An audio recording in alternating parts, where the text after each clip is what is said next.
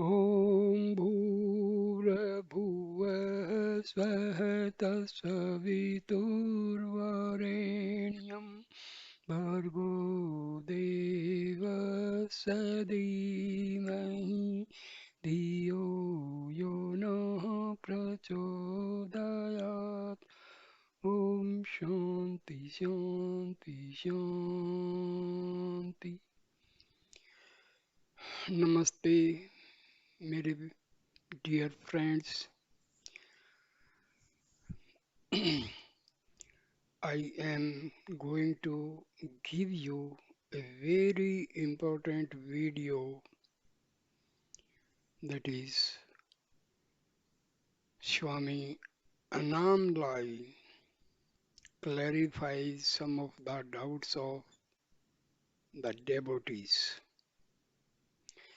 The main theme of this discussion will be that self alone is real, because self is God, self is Brahma, Brahm and self are the same, and only Brahm is real, rest everything is unreal. Let there be peace and love among all beings of the universe. Om Shanti, Shanti, Shanti. Just remain like the sky and let thought clouds come and go. A devotee asks a question: what is the easiest way to be free of the little self? Here, little self is ego. Remember, the thoughts coming out of the self, they constitute mind, and modification of mind is ego. So, Annamalai Swami replies, stop identifying with it. If you can convince yourself this little self is not me, it will just disappear. Otherwise, also, ego and mind, they are non-existent. Next question is, but how to do this? Annamalai Swami says the little self is something which only appears to be real. If you understand that it has no real existence, it will disappear, leaving behind it the experience of the real and only self. Understand that it has no real existence and it will stop troubling you. Consciousness is universal. There is no limitation or little self in it. It is only when we identify with and limit ourselves to the body and the mind that this false self is born. If through enquiry you go to the source of this little self, you find that it dissolves into nothingness. Now, this little self is ego. Source of this ego is our Atma. So, direct this little self to towards the self means inwardly. It will emerge with the Atma and only real self will be there. Next question. But I'm very accustomed to feel I am this little self. I cannot break this habit merely by thinking I am not this little self. Annamalai Swami replies, this little self will only give way to the real self if you meditate constantly. You cannot whisk it away with a few stray thoughts. Try to remember the analogy of the rope which looks like a snake in the twilight. If you see the rope as a snake, the real nature of the rope is hidden from you. If you only see the rope, the snake is not there. When you have that clear and correct perception that the snake never at any time existed, the question of how to kill the snake disappears. Apply this analogy to the little self that you are worrying about. If you can understand that this little self never at any time had any existence outside your imagination, you will not be concerned about ways and means of getting rid of it. See, something is completely absent, and worrying about something which does not exist is just ignorance. So, have the conviction that the mind and the ego both are non existent, both never exist. They are just a temporary phenomena. Next question.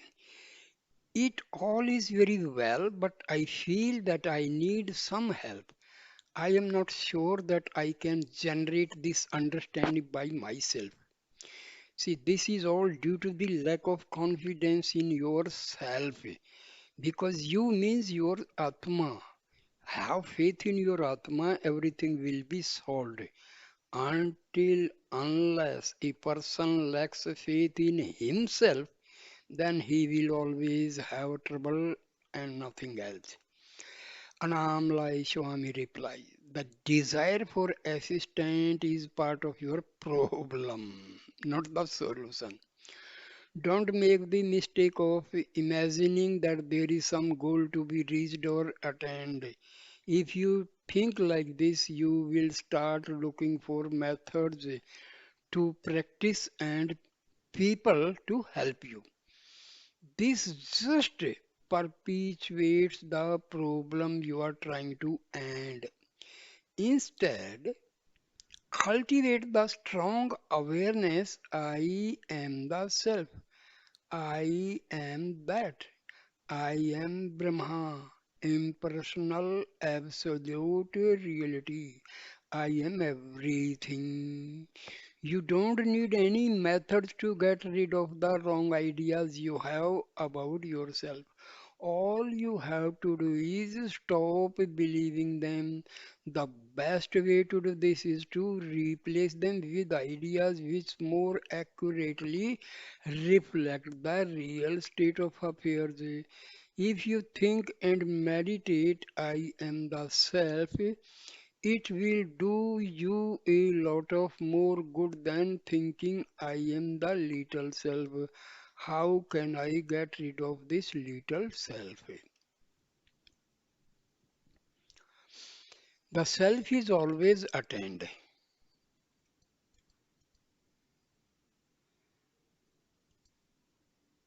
The self is always attained. It is always realized. It is not something that you have to seek, reach, or discover. Your vasanas, mental habits, and tendencies, and all the wrong ideas you have about yourself are blocking and hiding the experience of the real self. If you don't identify with the wrong ideas, your self nature will not be hidden from you. You should you said that you needed help.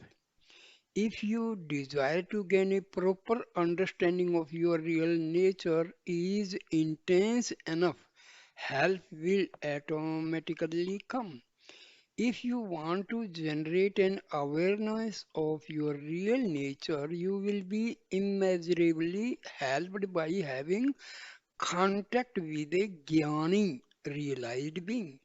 The power and grace with the jnani radiates quieten the mind and automatically eliminate the wrong ideas you have about yourself. You can make progress by having satsang, association of a realized guru, and by constant spiritual practice. The guru cannot do everything for you. If you want to give up the limiting habits of many lifetimes, you must practice constantly. Most people take the appearance of the snake in the rope to be reality. Acting on their misperceptions, they think up many different ways of killing the snake. Thus, they waste their energy, time on the things which actually does not exist. That is the problem. They can never succeed in getting rid of the snake until they give up the idea that there is a snake there at all, that there is a snake there at all. People who want to kill or control the mind have the same problem. They imagine that there is a mind which needs to be controlled and take drastic steps to bear it into submission. Yes, this is also a great problem. Mind is non-existent. Mind is a temporary phenomena, and you want to control it with all your power, and you want to dissipate your energy on unnecessary things which are absent completely. That is this is the greatest problem. If instead they generated the understanding that there is no such thing as the mind, all their problems would come to an end.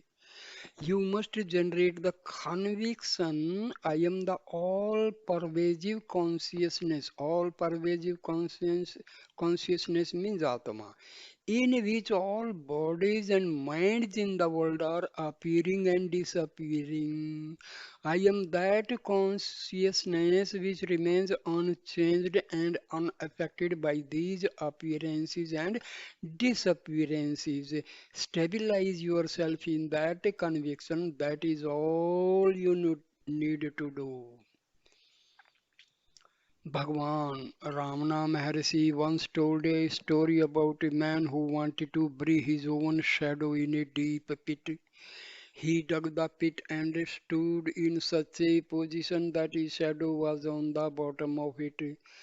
The man then tried to bury it by covering it with earth. Each time he threw some soil in the hole, the shadow appeared on top of it.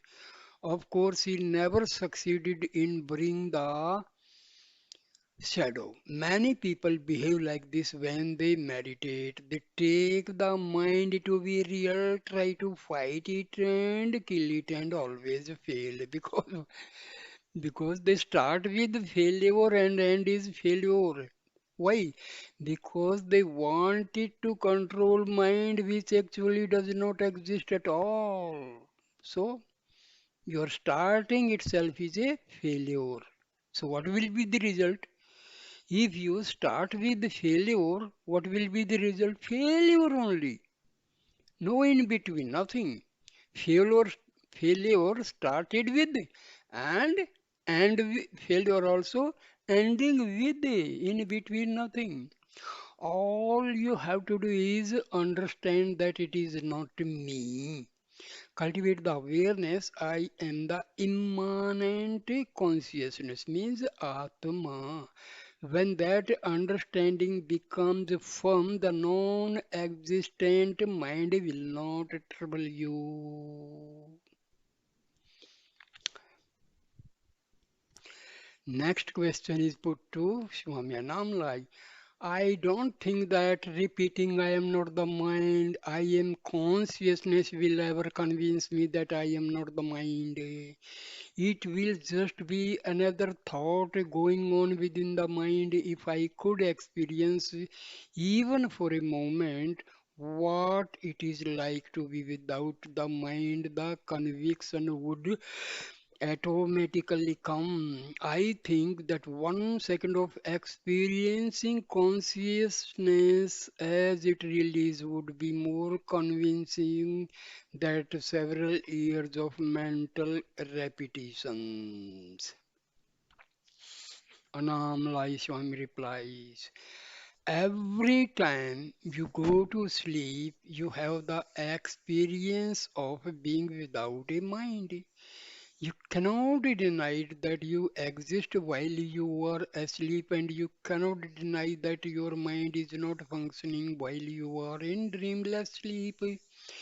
This daily experience should convince you that it is possible to continue your existence without a mind. Of course, you do not have the full experience of consciousness while you are asleep, but if you think about what happens during this state, you should come to understand that your existence, the continuity of your being, is in no way dependent on your mind or your identification with it.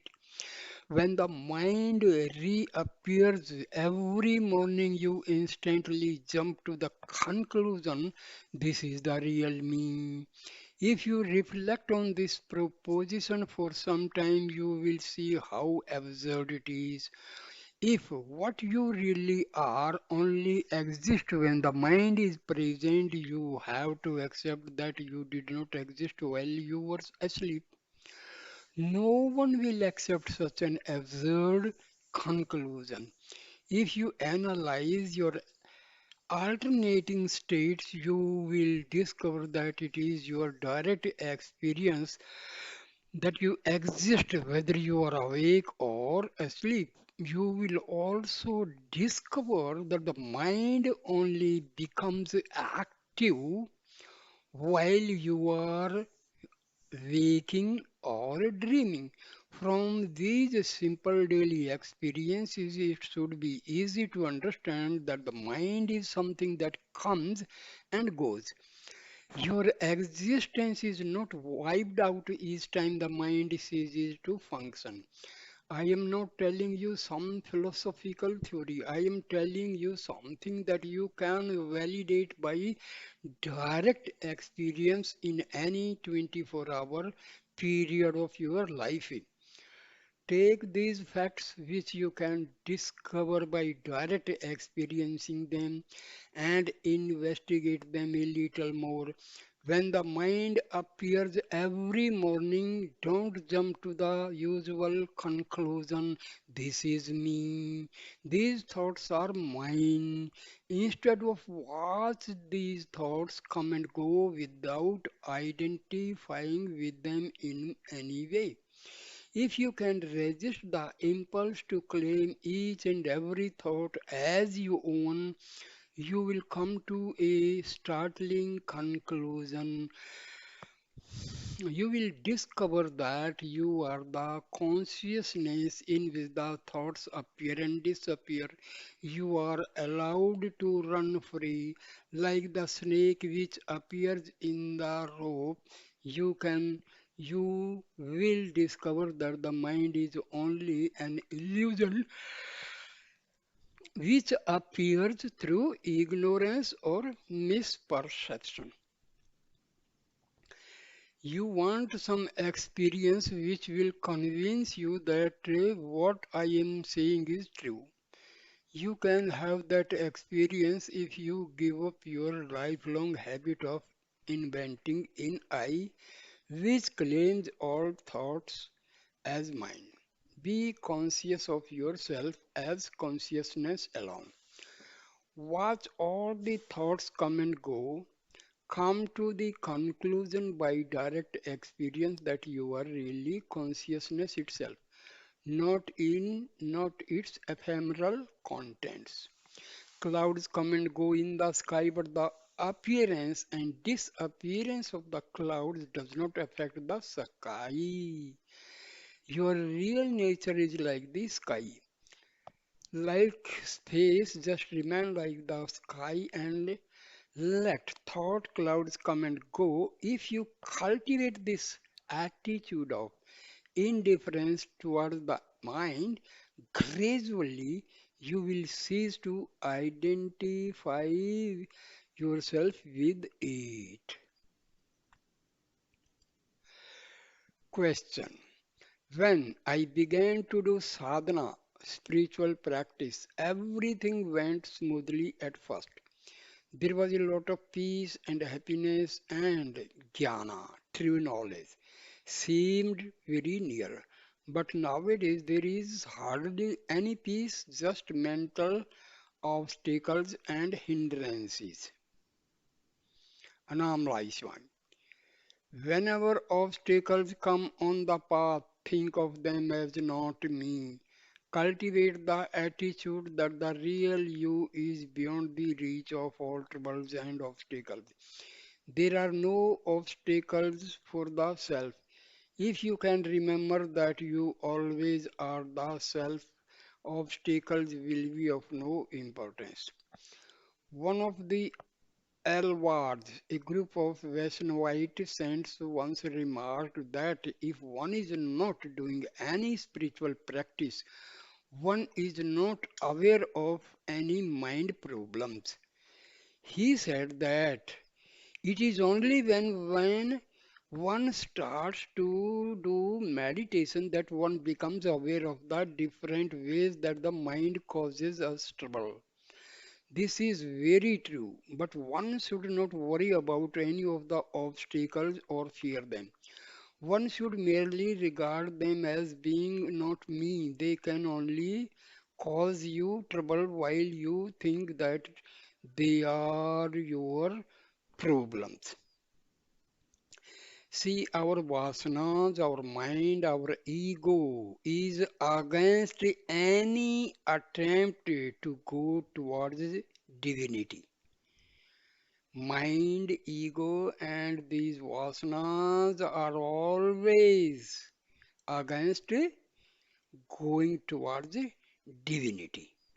So, whenever we sit for meditation, all our vasanas they will start agitating, they will produce, they will generate thoughts over thoughts and dirty thoughts because they want to oppose any attempt going towards divinity. But never be afraid of these troubling thoughts.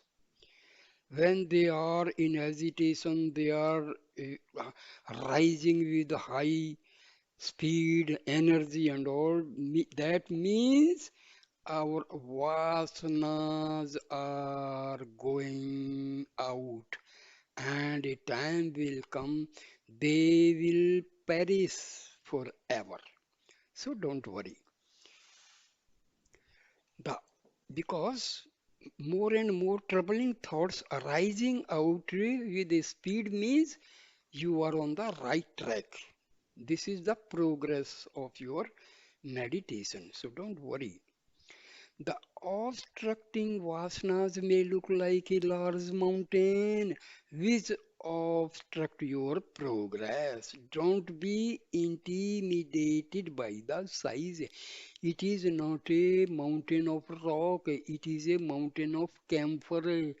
If you light one corner of it with the flame of discriminative attention, it will all burn to nothing. So, carry on with your meditation, your self inquiry. Let the thoughts come and go. Don't worry. When they are coming with tremendous power, means they are going to perish. Don't worry. They are going to vanish forever. Stand back from the mountain of problems. Refuse to acknowledge that they are yours and they will dissolve and disappear before your eyes. Don't be deluded by your thoughts and vasanas. They are always trying to trick you into believing that you are a real person, that the world is real, and that all your problems are real. Don't fight them, just ignore them. Here you means this ego. Don't accept the delivery of all the wrong ideas that keep coming to you.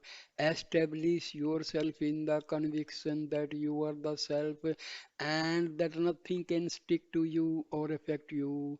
Once you have that conviction, you will find that you automatically ignore the habits of the mind.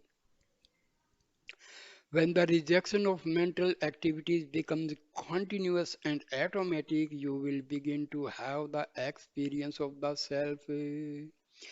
If you see two strangers quarreling in the distance, you do not give much attention to them because you know that the dispute is none of your business. Treat the contents of your mind in the same way. Instead of filling your mind with thoughts and then organizing fight between them, pay no attention to the mind at all. Rest quietly in the feeling of I am. I am. That is means my Atma exists. I am. I am. I, I am. I add exist. That is I am Sat, Chit, Anand, which is consciousness, and cultivate the attitude that all thoughts, all perceptions are not me. When you have learned to regard your mind as a distant stranger, you will not pay any attention to all the obstacles it keeps intervening for you. Mental problems feed on the attention that you give them. The more you worry about them, the strongest they become. If you ignore them, they lose their power and finally vanish. Next question. I am always thinking and believing that there is only the self, but somehow there is still a feeling that I want or need something more. Annamalai Swami replies, who is that wants? If you can find the answer to that question, there will be no one to want anything. Question. Children are born without egos. As they begin to grow up, how do their egos arise and cover the self? Annamalai Swami replies, as young children may appear to have no egos, but its ego and all the latent vasanas that go with it are there in seed form. As the child's body grows bigger, the ego also grows bigger. The ego is produced by the power of Maya illusion, which is one of the Shakti's power of the self. Question. How does Maya operate? How does it originate? Since nothing exists except the self, how does the self manages to conceal its own nature from itself? Oh my God, what a wonderful question this. Annamalai Swami replies, the self, which is infinite power and the source of all power, is indivisible. Yet, within this indivisible self, there are five Shaktis or powers with varying functions which operate simultaneously. The five Shaktis are creation, preservation, destruction, veiling, that is called Maya Shakti, and grace. The fifth Shakti, grace, counteracts and removes the fourth Shakti, which is Maya. So, when Maya is totally inactive, that is when the identity with the body and the mind has been dropped, there is an awareness of consciousness of being.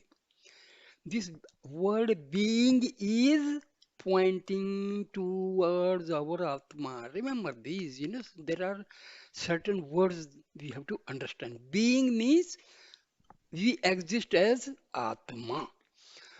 When one is established in that state, there is no body, no mind, no world.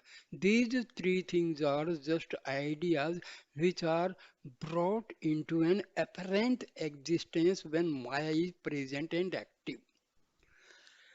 When Maya is active, the sole effective way to dissolve it is the path shown by Bhagwan. One must do self inquiry and discriminate between what is real and what is unreal.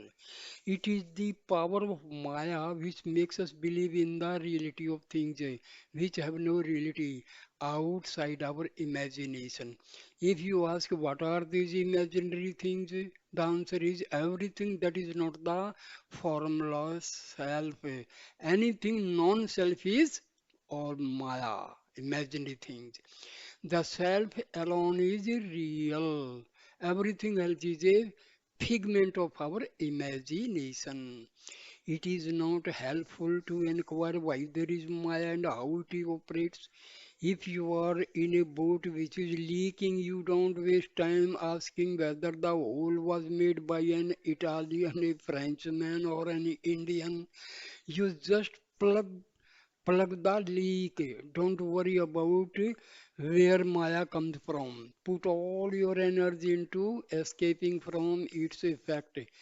If you try to investigate the origin of Maya with your mind, you are doomed to fail because any answer you come up with will be a Maya answer.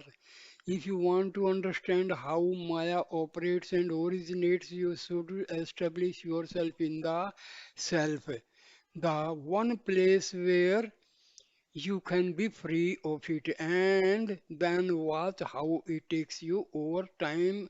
You fail to keep your attention there. So this is like this: you want to douse fire by putting petrol, you want to extinguish the fire, but you, instead of some dust or some soil or some other materials, you are putting petrol. So instead of to be extinguished, it will be more powerful. Next question. You say that Maya is one of the Shaktis. What exactly do you mean by Shakti? Very good. Annamalai Swami replies, Shakti is energy or power. It is a name for the dynamic aspect of the self. Shakti and Shanti, peace, are two aspects of the same consciousness. If you want to separate them at all, you can say that Shanti is the unmanifest aspect of the self, while Shakti is the manifest. But really, they are not separate. A flame has two properties, light and heat. The two cannot be separate. Shanti and Shakti are like the sea and its waves. Shanti, the unmanifest aspect, is the vast, unmoving body of water. The waves that appear and move on the surface are Shakti. Shanti is motionless, vast, and all encompassing, whereas waves are active. Bhagwan used to say that after realization, the Jivan Mukta, liberated one, experiences Shanti within and is established permanently in that Shanti. In that state of a realization, he sees that all activities are caused by Shakti. After realization, one is aware that there is no individual people doing anything. Instead, there is an awareness that all activities are the Shakti of the oneself. The Jnani who is fully established in the Shanti is always aware that Shakti is not separate from him. In that awareness, everything is his self and all actions are his. Alternatively, it is equally correct to say he never he never does anything. This is one of the paradoxes of the self. The universe is controlled by the one Shakti, sometimes called Parmeswara Shakti, the power of the Supreme Lord. This moves, orders things. Nature laws, such as the laws that keep the planets in their orbits, are all manifestation of the Shakti. Next question is, you say that everything is the self, even Maya. If this is so, why can't I see the self clearly? Why is it hidden from me?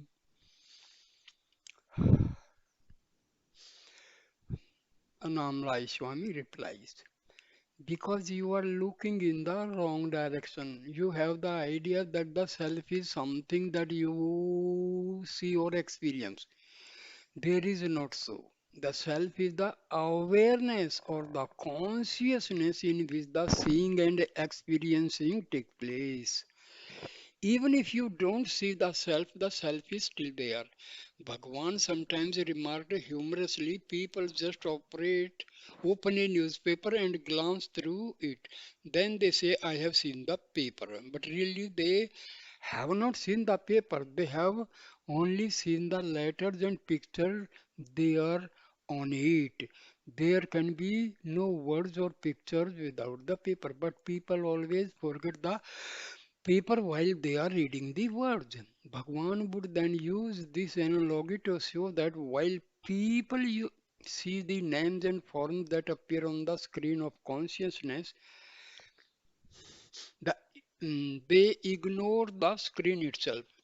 With this kind of partial vision, it is easy to come to the conclusion that all forms are unconnected with each other and separate from the person who sees them.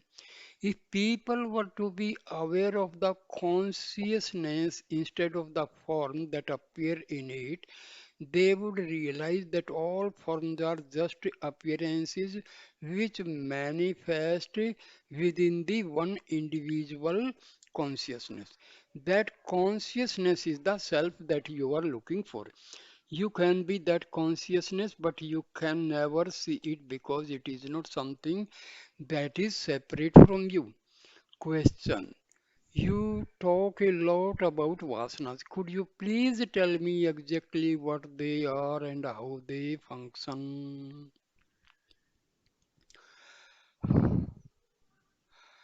And again, it is the vasanas which cover up the, and okay, exactly what they are and how they function. Annamalai Swami replies. Vasanas are habits of the mind. They are the mistaken identification and repeated thought patterns that occur again and again. It is the vasanas which cover up the experience of the self. Vasanas arise, catch your attention, and pull you outwards toward the world rather than inwards toward the self. This happens so often and so continuously that the mind never gets a chance to rest or to understand its real nature. Cocks like to claw the ground. It is a perpetual habit with them. Even if they are standing on bare rock, they still try to scratch the ground. Vasanas function in much the same way. They are habits and patterns of thought that appear again and again, even if they are not wanted. Most of our ideas and thoughts are incorrect. When they rise habitually as vasanas, they brainwash us into thinking that they are true.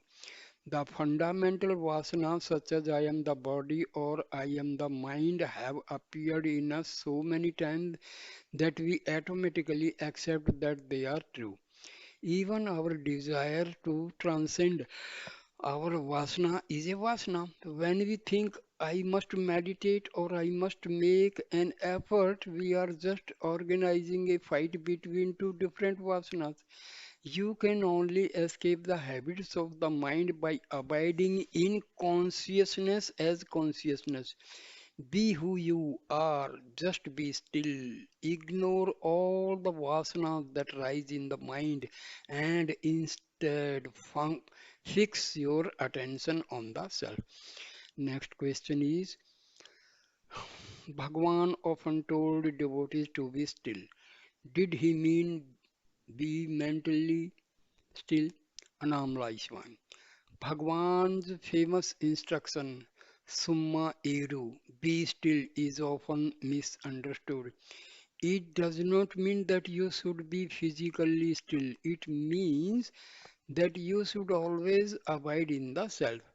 If there is too much physical stillness, tamogana, a state of mental torpor, arises and predominates.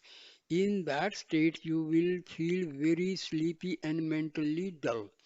Rajoguna, a state of excessive mental activity, on the other hand, produces emotions and a mind which is restless.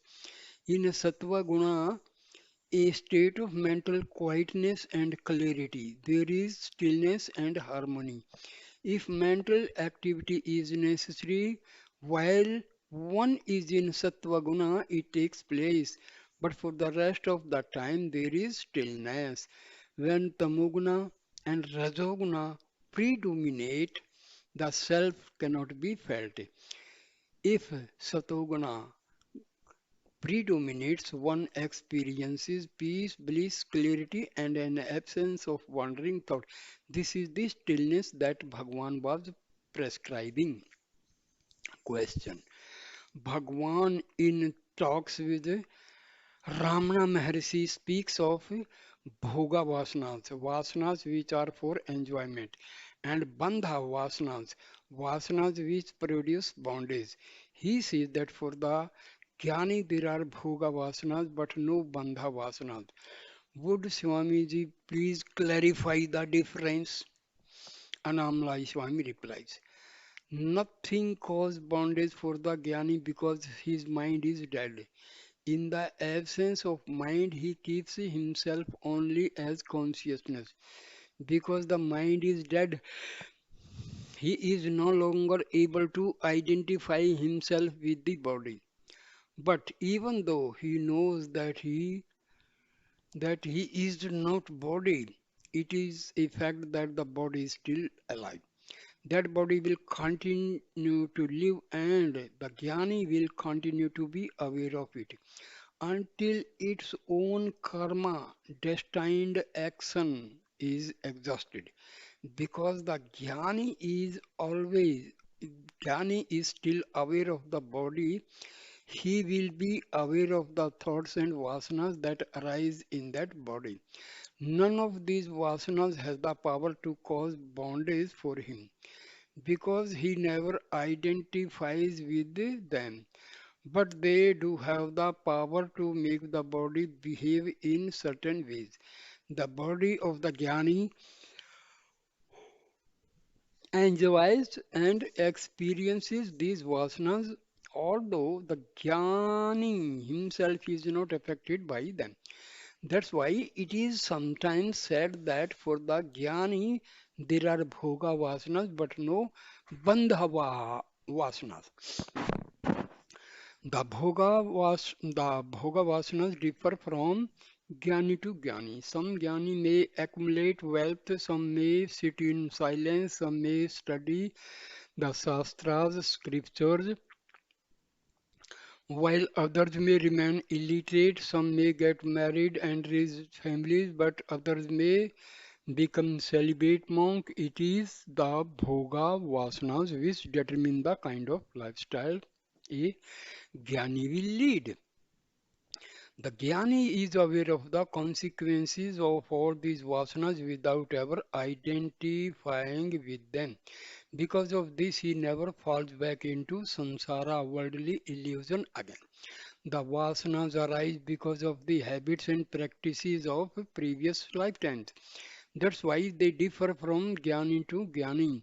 When vasanas rise in ordinary people who still identify with the body and the mind, they cause likes and dislikes. Some vasanas are embraced wholeheartedly, while others are rejected as being undesirable.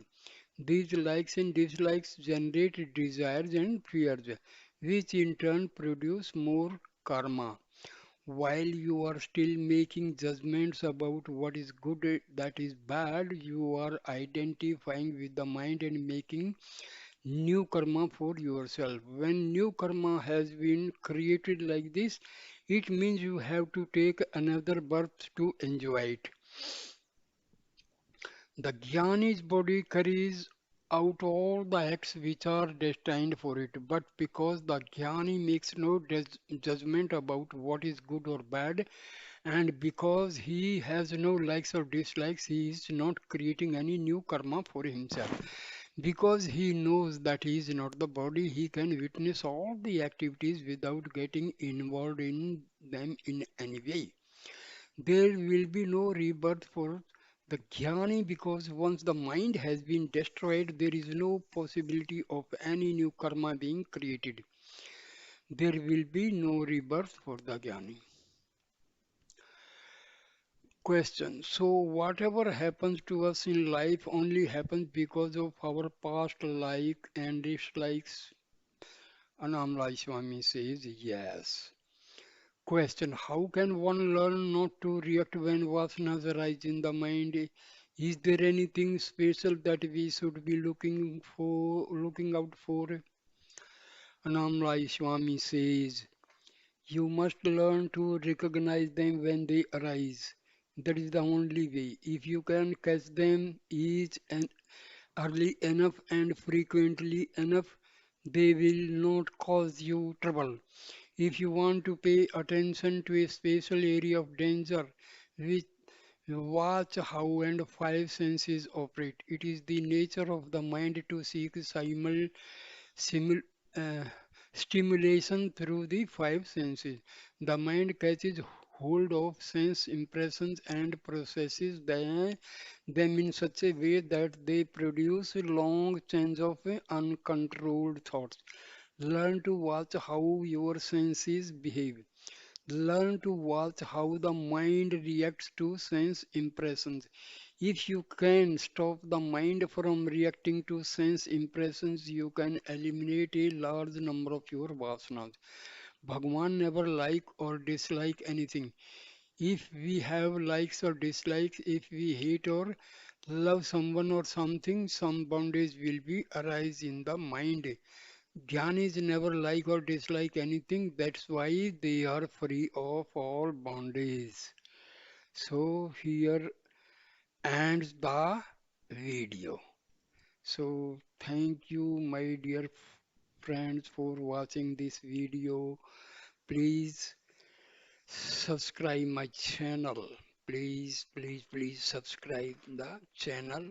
Thank you. Thank you, my dear friend.